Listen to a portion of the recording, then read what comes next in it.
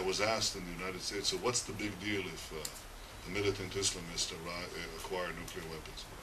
After all, the Soviet Union had nuclear weapons. Today, Russia and China have nuclear weapons, and other powers have it.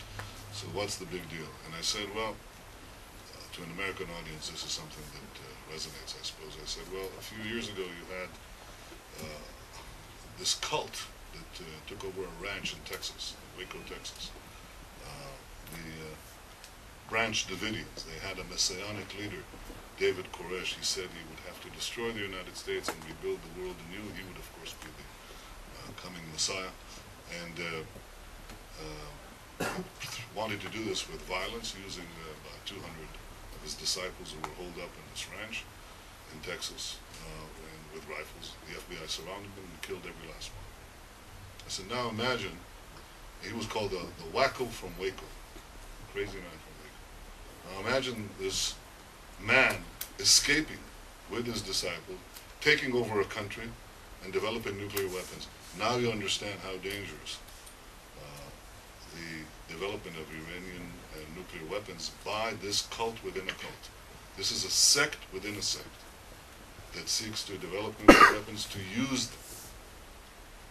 Certainly to threaten with them, as they have not ever been used, and also to use them. And for this goal, the Ahmadinejad regime, which is pursuing this goal systematically in the face of the entire world opposition.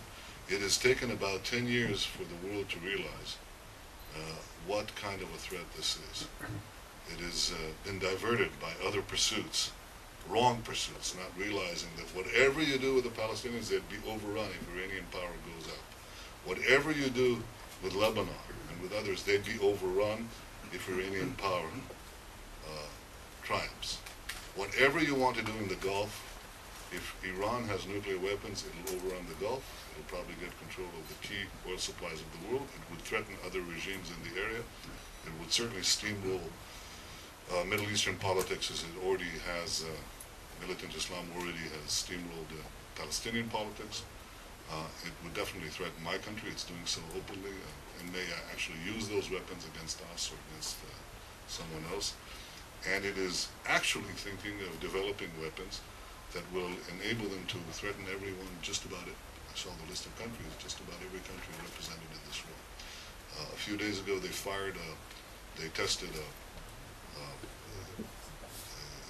orbital, suborbital rocket. Once they have that capability, whether for satellites or anything else, once you can boost your way up there, then you're en route to ICBMs, and that's where they're heading. I've said a long time ago that they wish to have by 2012, and certainly by 2015, they wish to have ICBMs that could reach the United States. That means if you take a radius, it's a very wide radius, because you can use that weaponry far and wide. And they want to get to a point where they have the capacity to produce about 20 nuclear Hiroshima-sized bombs a year, which means that in 10 years they could have an arsenal of 200 bombs and the weapons to deliver them practically to any place on earth. And this is an Islamic, messianic, extreme Islamic, messianic, apocalyptic movement. So this is a threat that the world has not seen. I've often compared Ahmadinejad to Hitler, but I make the corrective that Hitler embarked on a world conflict and then sought to develop nuclear weapons, whereas Ahmadinejad is doing the reverse. And the question is, what do we do about it? And up till recently, the answer was nothing. We were doing nothing. That's what was being done. Now, people often say, and I've said it is 1938 and Iran is Germany and it's racing to develop nuclear weapons. And Condoleezza Rice said, no, it's not 1938 because we're not treating Iran passively. Well, that's the test. We're not treating Iran the way we treated Germany. That is precisely the test. Are we, a collective we, rather, I'll talk about the Jewish people separately, but are we, as the responsible international community, treating this common threat, because it's a threat to all of us, Arabs and Jews, Muslims and non-Muslims. Anybody who doesn't conform to their twisted definition of a pure believer is in danger. The Arab regimes are in danger. fanatic Muslims are in danger, and everyone else. So Israel and the West and so on. And they make it very clear, by the way, Israel is the first stop. They're not going to be satisfied with such a small gain. The victory over Zionism is merely a step towards the victory of re-establishing this fantasy empire.